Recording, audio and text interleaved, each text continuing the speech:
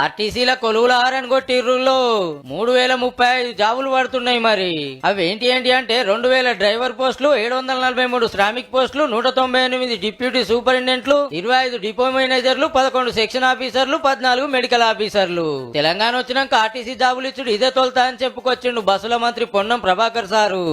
నూతనంగా ఉద్యోగ నియామకాలంతా కూడా రేపు జాబ్ క్యాలెండర్ లో తెలంగాణ పబ్లిక్ సర్వీస్ కమిషన్ పక్షాన చాలా ట్రాన్స్పరెంట్ గా జరుగుతుంది. కాంగ్రెస్ గవర్నమెంట్ రాగానే ఆర్టీసీల ఆడోళ్లకు 0 టికెట్ పెట్టే వరకు మస్తు మంది తిరుగుతుండ్రు.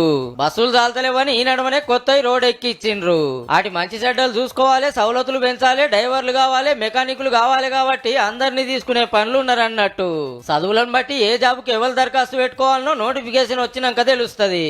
జాబులు పట్టాలనుకున్న వాళ్ళు తయారుండ్రు. మరి ఈ ముచ్చటి ఇట్లుంటే చెప్పున జాబులకు నోటిఫికేషన్ వేయాలని దీక్ష పట్టిన మోతీలాల్ నాయక్ ఇలా కొబ్బరి నీళ్లు దాగి విరమించిండు.